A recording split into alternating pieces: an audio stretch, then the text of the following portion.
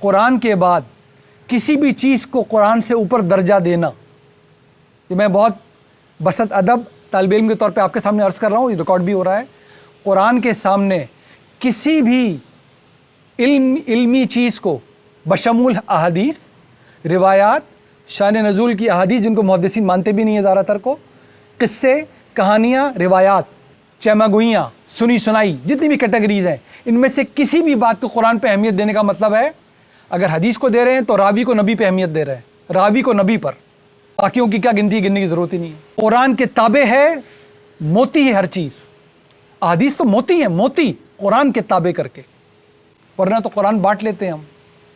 آپ سب جانتے ہیں، مجھ سے پڑھے لکھے لوگ بیٹھے، میں بڑی سما خراشی میں شرمندگی محسوس کرتا ہوں۔ اگر یہ نہ کیا جائے تو قرآن پہلے مرحلے میں 2 حصوں میں بٹ چکا ہے، شیعہ قرآن اور سنی قرآن۔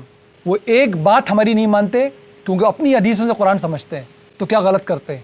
ہم اپنی حدیثوں سے قرآن سمجھتے ہیں، اور اس کے بعد آگے بھی 12 نام ان کے پاس ہیں، 12 ہمارے پاس، سب اپنے اپنی کتابوں سے قرآن سمجھتے ہیں، تو قرآن ہی بٹے گا نا، پھر اور کیا بٹے گا؟ جتنا مطلب بانٹیں گے اب اتنا ہی بٹ رہا ہے۔ وہ کہنے کو قرآن ہی اوپر لفظ لکھا ہوا، قرآن نے بتانا تھا کہ میرا چشمہ آنکھوں پہ لگاؤ، نیچے جتنے بھی مختلف رنگ ہوں گے ایک رنگ کا کر دوں گا ان کو۔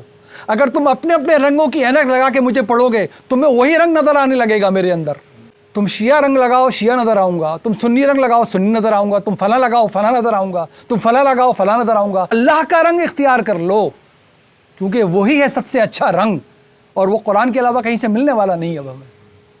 تو اللہ ہمیں توفیق دے، سما خراج کے لیے معذرت قبول کیا کرے میری۔ السلام علیکم ورحمۃ اللہ وبرکاتہ۔